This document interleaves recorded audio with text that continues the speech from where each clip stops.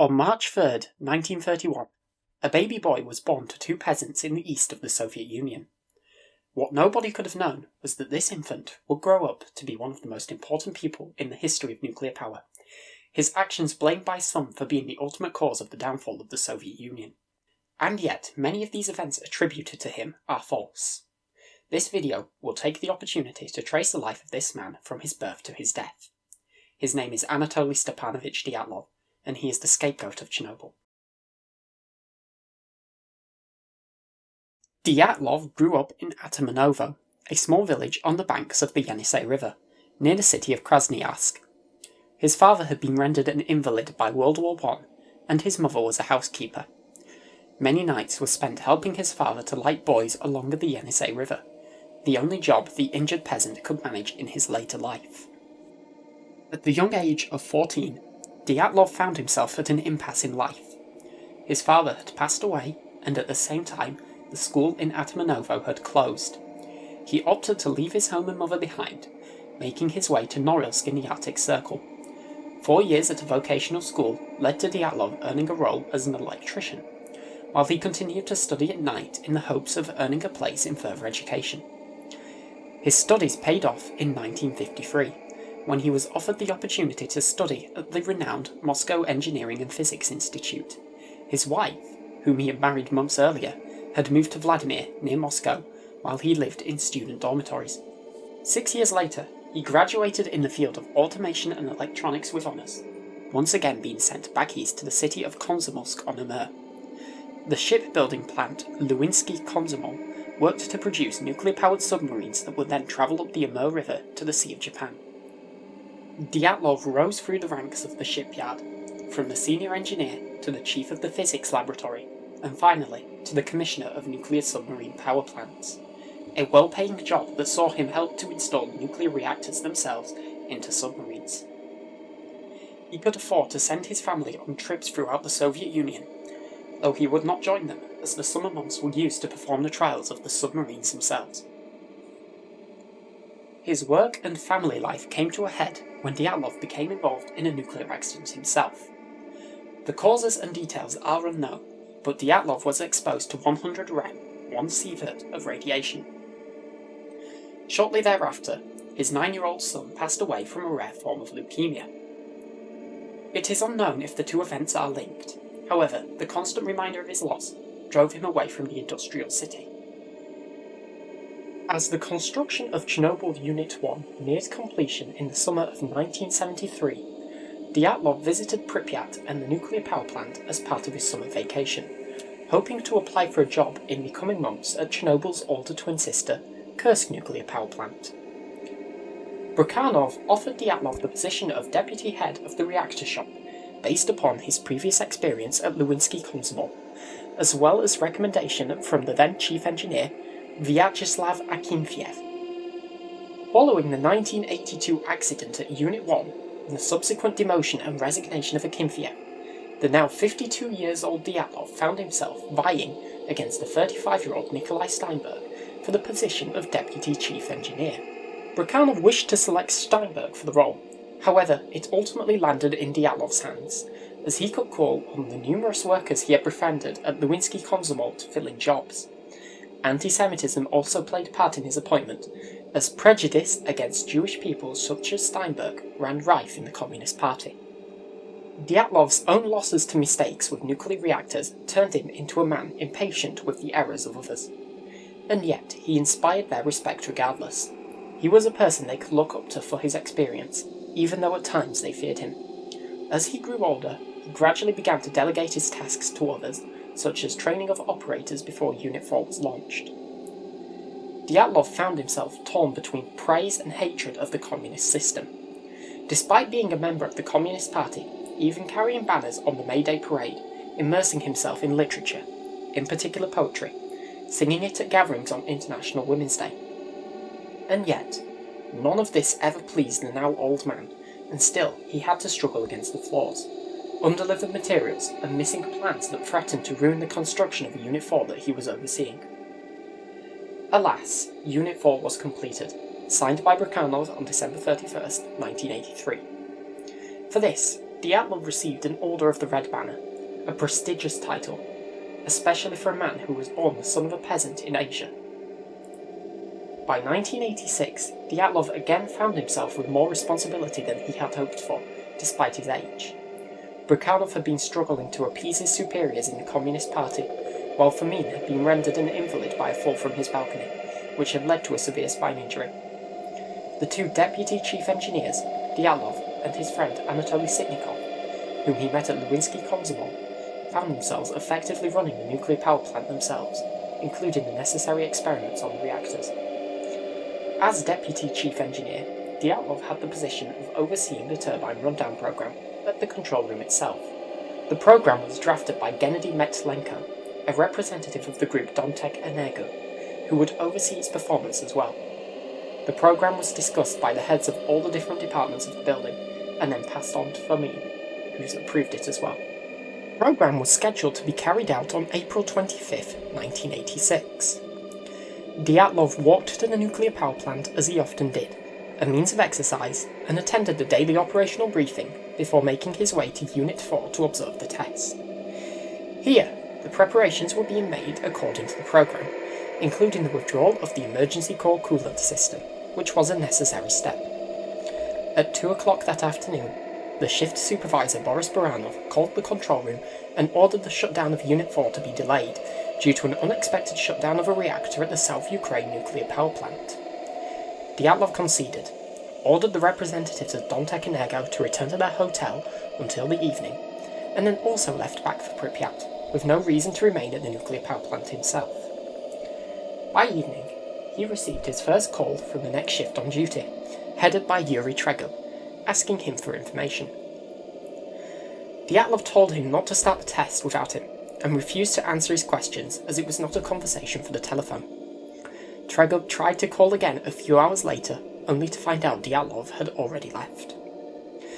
When he arrived at the unit, he decided to inspect Unit 3 before making his way to Unit 4, and found an error made that he did not stand, taking his time to reprimand the worker responsible. Typical behaviour for Dyatlov. Once that was finished, he made his way to Unit 4. There, they spoke to Tregub and asked Alexander Akimov, the shift supervisor for the night shift, who would be conducting the test. Dyatlov, hours behind schedule, demanded that Akimov hurry up and complete the test, eventually leaving the control room to inspect numerous areas of Unit 4 that would require maintenance. In 1984, Unit 4 had suffered various defects that saw concrete panels become unstable and fall around the reactor hull, and such areas would need inspecting once more to ensure it didn't happen again. When he returned, Dyatlov saw the senior reactor control engineer Leonid Toptonov alongside Akimov, Tregub, and the two trainee senior reactor control engineers, all gathered around the reactor control desk. Akimov approached and explained the power drop, to which Dyatlov nodded. Akimov suggested that they raise the power to 200 megawatts instead of the 700 megawatts specified in the program, which he approved as the reactor power had no effect on the test itself.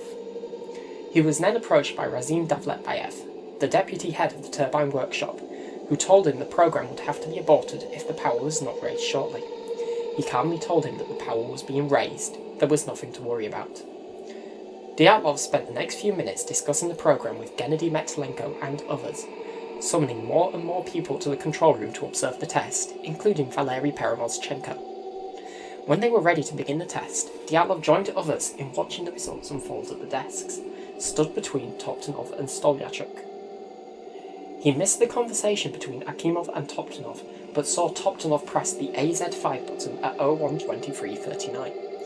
1 second later, the command was registered, and then the power surge began.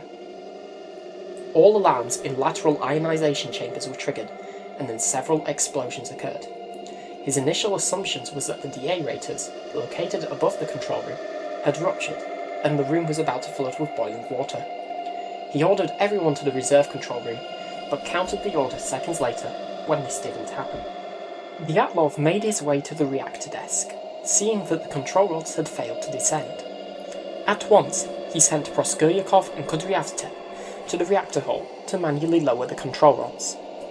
A second later, he realised that their mission would be futile. They wouldn't be able to lower the control rods by hand, and ran out into the corridor to call them back, but they had disappeared out of sight into the cloud of steam and smoke that was flooding the building. Then a turbine hall worker, Vyacheslav Brajnik, reported a fire in the turbine hall and ran back to assist. Dyatlov, among others, followed. This is what Dyatlov described seeing. There was a picture worthy of the great Dante's pen. Part of the hall's roof had collapsed. How much? I don't know. 300 to 400 square meters. The slabs damaged and drained the oil and feed water lines. Debris. I looked down from the 12th mark through to the opening to the 5th mark where the feed pumps were. Streams of hot water were shooting from the sides of various damaged pipes and falling on electrical equipment. Steam was all around. Also the sounds of sharp pops and clicks from short circuits were going off. In the area of TG number 7, an oil leak from damaged pipes caught fire. Operators were running to it with fire extinguishers and rolling out fire hoses. You could see through the opening in the roof, visible flashes of fire starting. He returned to the control room and ordered Akimov to call the fire brigade, as well as for an ambulance. Proskuryakov and Kudyavtsev returned, failing to access the reactor hall. Their route had been blocked by debris. Perevozchenko, reactor shop foreman, also returned. His attempt to access valves connecting the emergency water tanks to the pumps had failed as well. Gorbachenko, one of the dosimetrists on shift, reported to Dyatlov that he had seen the destroyed main circulation pump hall, and Dyatlov could not believe it, asking Gorbachenko to lead him out of the building. Gorbachenko complied, and they started moving out. On the way, they passed a group of 4 people: Oleg Gemrik, Anatoly Kurgaz, Igor Simonenko, and Vladimir Semikopov. Gemrik and Kurgaz had been near the reactor hall at the time of the explosion, and Kurgaz was blasted by steam that shot out of a vent above him, to the point his skin was hanging from his body. Dyatlov ordered them to leave the building and to get medical aid for Kurgaz, and continued to follow Gorbachenko. Gorbachenko brought Dyatlov down to the transport corridor, a network of rail lines that ran through the building, used to transport machinery. The corridor was now flooded with water from Unit 4, and Dyatlov had no choice but to wade through it to the exit, the water as high as his ankles, as Gorbachenko returned to his post. When he at last emerged outside of the building, Dyatlov got the opportunity to see the destruction himself. This is what he described. There was something to see, but as they say, I would not have believed it had my own eyes not seen such a sight. Despite the night and poor lighting, I could see enough. The roof and 2 walls of the shop were gone.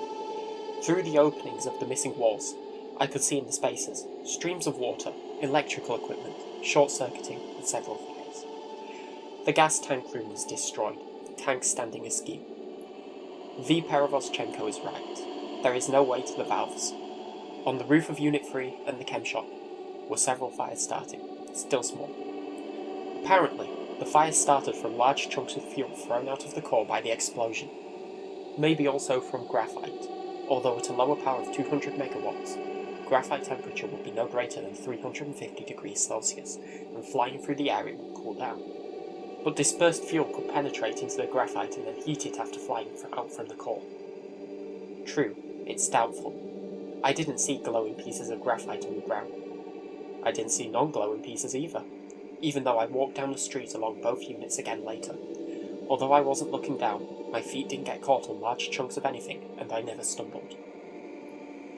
With my walk outside around the units, a picture started to form. I realised the reactor was wrecked.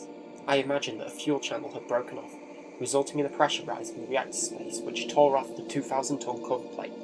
Steam rushed into the hall and destroyed the building. After this, the cover plate landed in place. What threw it up and set it on edge, I hadn't thought about before, and it did not change things. From this point on, the Unit 4 reactor to me began to exist only as a source of danger to the remaining units. He made his way back inside through Unit 3 to check on the situation there. The situation was stable, so Dyatlov allowed them to continue their work and took an iodine solution made from disinfectant, as the iodine pills in Unit 3 control room had run out. Dyatlov, defeated, returned to the Unit 4 control room and told Akimov to switch off the pumps. They were now useless. A few minutes later, Shashanok was brought to the control room and Dyatlov quickly organised a stretcher to evacuate him. People approached him asking what to do, including members of the Kharkiv turbine plant, who were assisting with the rundown program. Dyatlov ordered them to leave the building, but they refused as they wanted to save the mobile laboratory in the turbine hall. Dyatlov, under the pressure of the night, finally raised his voice. "Damn it! To hell with that machine! Get out of the unit now!" They obeyed. Rogozhkin, the chief shift supervisor, arrived at the control room, asking what had happened. Dyatlov assured him that they had pressed the AZ-5 button, and then the reactor exploded. At this time, they received the radiation measurements in the building, off the scale. Keeping people in the building if they weren't needed was now putting their lives at risk, so he dismissed Toptonov and Kirshenbaum from the building. Kirshenbaum left. Toptonov refused. Dyatlov now returned to Unit 3 to ask them to shut down their own reactor before the situation now threatened to destroy them. He passed his friend, Anatoly Sitnikov, alongside Vladimir Chuganov, who had been sent to inspect the unit. Dyatlov told them there was nothing to look at. At Unit 3, Dyatlov ordered the operators to shut down the reactor while it was still safe, even as Rogozhkin asked Dyatlov to try and get in touch with the plant's director, Viktor Brakhanov. On the way back to Unit 4, he passed another dosimetrist, Krasnozem. Krasnozem was of short stature and had been forced to wear clothes several sizes too large and wrap a towel around his head. Only his eyes were poking out from beneath. Both laughed at his appearance, and Dyatlov continued along, still laughing.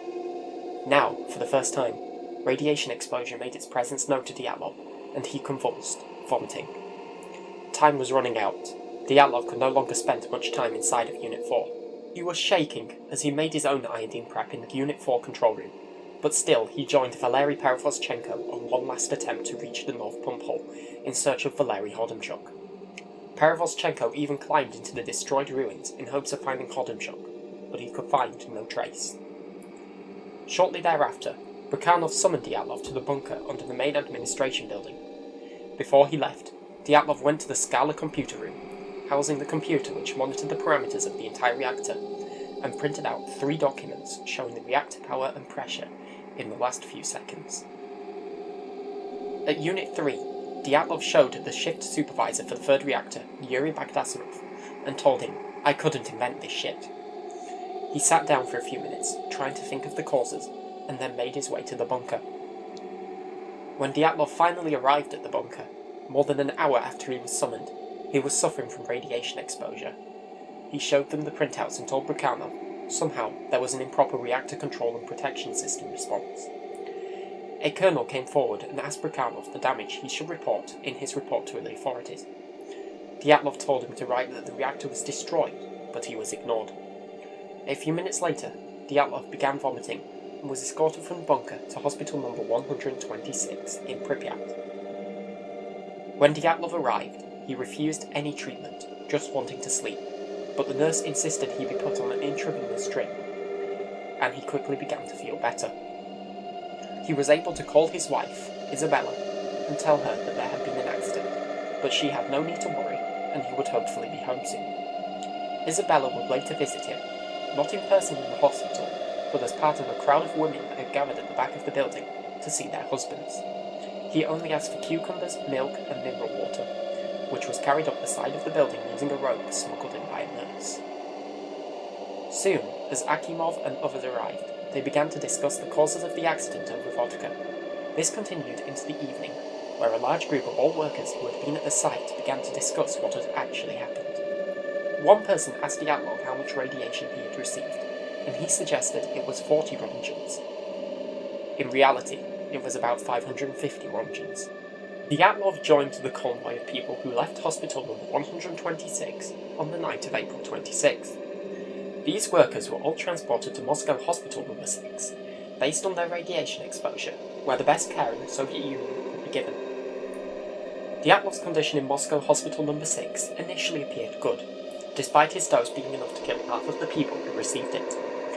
As smoking wasn't permitted in the wards, he would join Sitnikov, Akimov, and others on the stairwell landing, where they would discuss the causes of the accident. "We are open to any suggestions, lads," he told them. "Don't be afraid to come out with even the most far-fetched ideas." Due to the nature of his exposure, Dyatlov suffered intensive burns to his lower legs, which can be seen bandaged in the few photos of him in Moscow Hospital number 6. Despite a reduced blood cell count, Dyatlov ultimately recovered and was discharged from hospital on November 4th of 1986. There were, of course, complications. The burns on his legs, which had previously appeared fine, had suddenly worsened, with pus oozing out of them. Many of the injuries on his legs and arms would not heal, despite all of the treatment. The doctors refused to help, once all treatments had been exhausted, and he was refused the opportunity to transfer to a sanatorium once he left Moscow Hospital No. 6, like all other patients from Chernobyl. Isabella Dyatlov had already moved into an apartment in Kiev, where her husband joined her. Dyatlov was, like his father, now an invalid. He could barely walk and had to learn how to once again. He managed to cut his time to walk around the block to 10 minutes. On a walk on December 4th, 1986, two plainclothed officers approached the two, showed them the arrest warrant, and then escorted Dyatlov in an unmarked vehicle. In his numerous holding cells, Dyatlov gained access to documents about the RBMK-1000 he had never seen before. He finally learned about the graphite displacers and their effect on the reactivity at the bottom of the reactor, proving the innocence of the operators. Dyatlov chose not to simply give up and to fight his case in court, even though the verdict had already been decided. By medical records, he was not permitted to engage in more than 2 hours of interrogation daily. However, between January and March of 1987, Dyatlov would participate in up to 8 hours daily of interrogation, studying documents and familiarising himself with the case to present his innocence. When he found out that letters had been sent by the prosecutor to the families of Akimov and Toktanov, stating that if they had not died of their injuries, then they would have also been put on trial, Dyatlov wrote his own letters exonerating and praising the two young men for their actions, and resting the blame on the reactor itself. A few days before the trial, Dyatlov wrote a list of 24 questions that he wished to be asked in court about the safety of Chernobyl 4, only for the judge to confer with the experts participating in the trial the following day and dismiss every single one of them. This was likely because reactor operators from Chernobyl were in the room and would have been quick to dismiss any expert who lied about it being safe. Everyone knew that it failed to meet the nuclear safety regulations on 32 accounts. Alas, the trial began on the 7th of July 1987. The following footage is recorded from the Roland Sergeyenko film, Don't Ask for Whom the Bell Tolls. Подсудимый Дятлов, вы себя виновным признаете, не признаете? В части отсутствия контроля за соблюдением технологического режима и непресечения замеченных нарушений не признаю. Не понял вас, извините, повторьте. В этой части что вы? Не признаю. Не признаете. В части личного нарушения правил ядерной, радиационной, общей техники безопасности, а также инструкций, виновным не признаю. В части причин взрыва реактора оперативный персонал и себя виновным не признаю. В части то, что я посылал людей без сопровождения дозиметристов, часто не зная фактической обстановки. Вот. Я считаю, действовал в соответствии... Подсудимый Дятлов, вы, очевидно, не поняли вопроса. Мы очень подробно заслушаем ваши показания. Сейчас я вас спрашиваю. Вы себя признаете виновным или не признаете? Если признаете, в какой части вы себя признаете виновным? Вот в этой части... Мы ваши показания очень подробно заслушаем. А сейчас коротко скажите, пожалуйста. В этой части, поскольку погибли люди, я не могу квалифицировать действия свои.